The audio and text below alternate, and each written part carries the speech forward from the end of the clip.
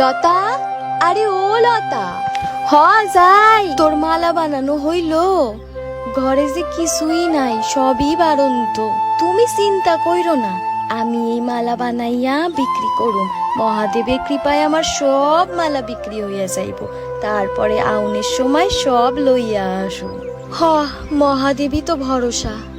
দুইখান মুড়ি রাইখা গেলাম, খাইয়া বেরোয়া যাস, আমি মাঠে যাই। সব মালা বানানো হইয়া গেছে, এবার তাড়াতাড়ি খাইয়া বেরোইয়া পড়ি। পূজা শেষ হইয়া গেলে ভক্তবিন্দুরা যদি চইলাই যায়, আমার মালা কে নিব? বাড়িতে কেউ আছে?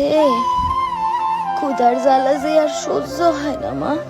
খুড়িমা, তোমারে আমি কি দিব? আমার জন্য মা শুকনা কয়টা মুড়ি রাইখা গেছে, ঘরে যে সবই বারণ। নাও, এই শুকনা মুড়ি খানি তুমি খাইয়া যাও। কে রে মুখ পড়ি, সব মুড়িতে আমারে দিয়া দিলি, তুই খাবি কি? ক্ষুধা জ্বালা সহ্য করণের অভ্যেস আছে খুড়িমা, তুমি এটা খাইয়া যাও। এই দুইটা আমি লইয়া যাই, আর এই দুইটা তুই তোর জন্য রাইখা দে।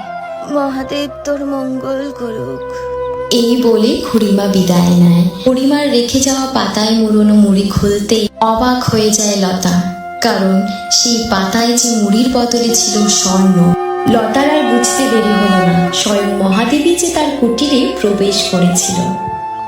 কান্নায় লুটিয়ে পড়ে লতা আর চিৎকার করে বলে ওঠে, জয় বাবা মহাদেবের জয়, জয় বাবা মহাদেব।